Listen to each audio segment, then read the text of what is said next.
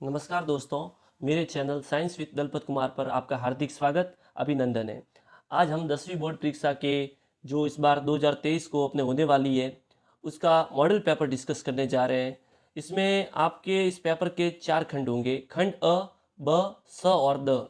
खंड अ में सबसे पहले अपन बहुविकल्पी प्रश्न पर डिस्कस करने जा रहे हैं और ये प्रश्न आने वाली बोर्ड परीक्षा में आपके लिए बहुत मददगार साबित होंगे। अपन स्टार्ट करते हैं प्रश्न नंबर 1 से। प्रश्न नंबर 1 है, मानव में डायाफ्राम किस तंत्र का भाग है?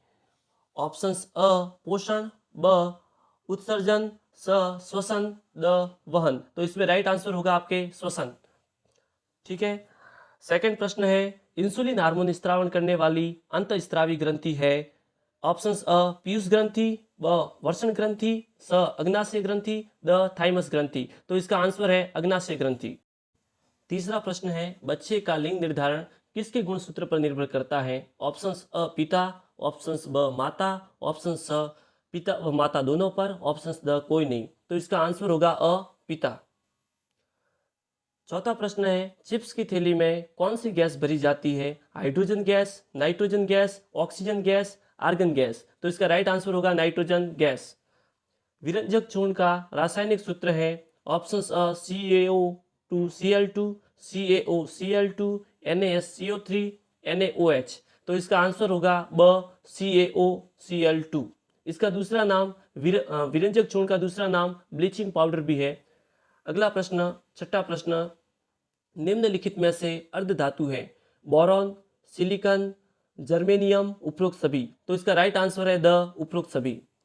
उसके बाद में आगे बढ़ते हैं। प्रश्न नंबर 7, वाहनों में या वाहनों के पक्षदर्शी दर्पणों के रूप में कौन से दर्पण का उपयोग किया जाता है? ऑप्शंस अ उत्तल दर्पण, ब अवतल दर्पण, स समतल दर्पण, द उपरोक्त सभी। तो इसका आंसर होगा अ उत्तल दर्पण। अगला प्रश्न, आठवां प्रश्न, नेत्र का कौन सा भाग पुतली के आकार यानी कि साइज को नियंत्रित करता है? ऑप्शंस अ रेटिना दृष्टिपटल, ऑप्शंस ब कॉर्निया स्वच्छ मंडल, ऑप्शंस स परितारिका, या ऑप्शंस द अभिनेत्र लेंस। तो इसका राइट आंसर होगा परितारिका, जिसको अपन आइरिस भी कहते हैं। प्रश्न नंबर 9, प्रतिरोधकता का ऐसा ही मात्रक है? ओम, ओम मीटर, कूलाम या वोल्ट। तो इसका राइट आंसर है ब ओम मीटर। 10वें प्रश्न की ओर बढ़ते हैं आगे। 10वां प्रश्न है, जैव गैस एक उत्तम ईंधन है क्योंकि इसमें मेथेन गैस होती है? 75%, 85%, 95% या 100%।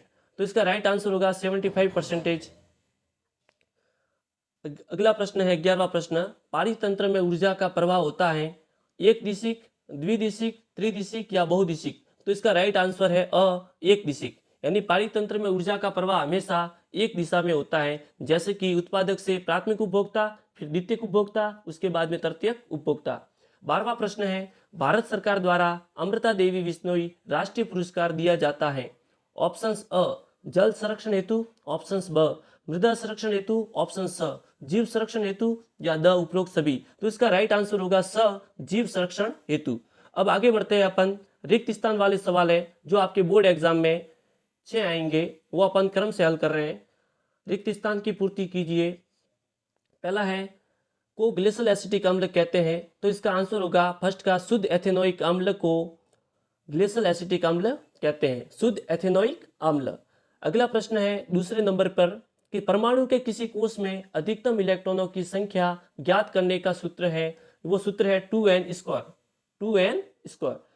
उसके बाद में आगे बढ़ते हैं। तीसरा प्रश्न है, मस्तिष्क का भाग शरीर की संस्थिति तथा संतुलन के लिए उत्तरदायी होता है? तो मस्तिष्क का जो भाग अपने शरीर का बैलेंस बनाता है वो है अनुमस्तिष्क, वो है अनुमस्तिष्क।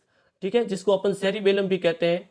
आगे बढ़ते हैं। चौथा प्रश्न है, ऊतक जड़ों द्वारा सिंचित जल व खनिज लवणों को पादप के प्रत्येक भाग तक पहुंचाता है?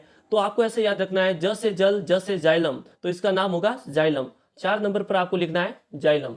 उसके बाद में अगला प्रश्न है 5वां प्रश्न, 1 किलोवाट घंटा में यानी 1 kWh में कितने जूल होते हैं? तो इसका आंसर है 3.6 गुणा 10 की घात 6, 3.6 गुणा 10 की घात 6। यानी पीछे 6 आ रहा है और 10 की घात में भी कितना आ रहा है? 6 आ रहा है। ऐसे आप याद रख सकते हो आसानी से।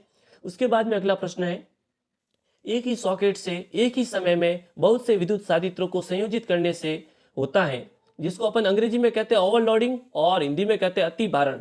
तो इसका आंसर होगा अति भारण।